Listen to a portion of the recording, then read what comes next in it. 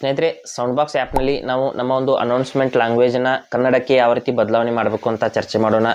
ನಿಮ್ಮ ಒಂದು ಟ್ರಾನ್ಸಾಕ್ಷನ್ಸ್ಗಳ ಒಂದು ಅಲರ್ಟ್ಸ್ಗಳನ್ನ ಪಡೆಯೋದಕ್ಕೆ ಅಥವಾ ಅನೌನ್ಸ್ಮೆಂಟ್ಗಳನ್ನು ಪಡೆಯೋದಕ್ಕೆ ನೀವು ಸೌಂಡ್ ಬಾಕ್ಸ್ ಆ್ಯಪ್ನ ಯೂಸ್ ಮಾಡ್ತಾ ಇದ್ದೀರಾ ಅಂದರೆ, ಸೌಂಡ್ ಬಾಕ್ಸ್ ಆ್ಯಪ್ ಅದು ಇಂಗ್ಲೀಷ್ನಲ್ಲಿ ಇರುತ್ತೆ, ಡಿಫಾಲ್ಟಾಗಿ ಇಂಗ್ಲೀಷಲ್ಲಿ ಇರುತ್ತೆ. ಅದನ್ನು ಆ ಒಂದು ಅನೌನ್ಸ್ ಮಾಡುವಂಥ ಭಾಷೆಯನ್ನು ನೀವು ಕನ್ನಡಕ್ಕೆ ಬದಲಾವಣೆ ಮಾಡ್ಕೋಬಹುದು.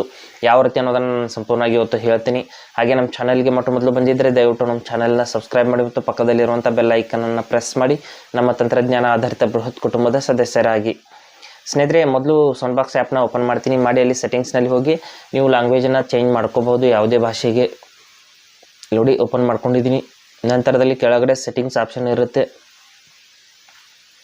ಸೆಟ್ಟಿಂಗ್ಸ್ ಮೇಲೆ ಕ್ಲಿಕ್ ಮಾಡ್ಕೊಳ್ಳಿ. ಈ ಕಡೆಗೆ ಸೆಟ್ಟಿಂಗ್ಸ್ ಇದೆ ನೋಡಿ, ಕ್ಲಿಕ್ ಮಾಡ್ಕೊಳ್ಳಿ. ಮಾಡಿದ ನಂತರದಲ್ಲಿ ಇಲ್ಲಿ ಲ್ಯಾಂಗ್ವೇಜ್, ಸ್ಪೀಕರ್ ಲ್ಯಾಂಗ್ವೇಜ್ ಅಂತ ಇಲ್ಲಿದೆ ನೋಡಿ, ಅದ್ರ ಮೇಲೆ ಕ್ಲಿಕ್ ಮಾಡ್ಕೊಳ್ಳಿ. ನಂತರದಲ್ಲಿ ಇಲ್ಲಿ ಒಂದು ಯಾವ ಭಾಷೆ ಅಂತ ನಿಮಗೆ ಕೇಳ್ತಾ ಇದೆ. ಇಲ್ಲಿ ನಮ್ಮ ಕನ್ನಡವನ್ನು ನಾವು ಸೆಲೆಕ್ಟ್ ಮಾಡ್ಕೊಳ್ಳೋಣ. ಇಲ್ಲಿ ನೋಡಿ, ಈ ರೀತಿ ಕನ್ನಡವನ್ನು ಸೆಲೆಕ್ಟ್ ಮಾಡಿದ್ದೀನಿ. ಮಾಡಿದ ತಕ್ಷಣದಲ್ಲಿ ನಮ್ಮ ಕನ್ನಡ ಲ್ಯಾಂಗ್ವೇಜ್ ಅನ್ನೋದು ಸೆಲೆಕ್ಟ್ ಆಗಿದೆ. ಇಲ್ಲಿಂದ ನಾವು ನೋಟಿಫಿಕೇಷನ್ಸ್ಗಳನ್ನ ಪ್ಲೇ ಮಾಡಿ ನೋಡಬಹುದು ಕನ್ನಡದಲ್ಲಿ ಯಾವ ರೀತಿ ಹೇಳುತ್ತೆ ಅಂತ. ಈ ರೀತಿ ನಾವು ನಮ್ಮ ಒಂದು ಸೌಂಡ್ ಬಾಕ್ಸ್ ಆ್ಯಪ್ನ ಒಂದು ಭಾಷೆಯನ್ನು ಬದಲಾವಣೆ ಮಾಡ್ಕೋಬಹುದು.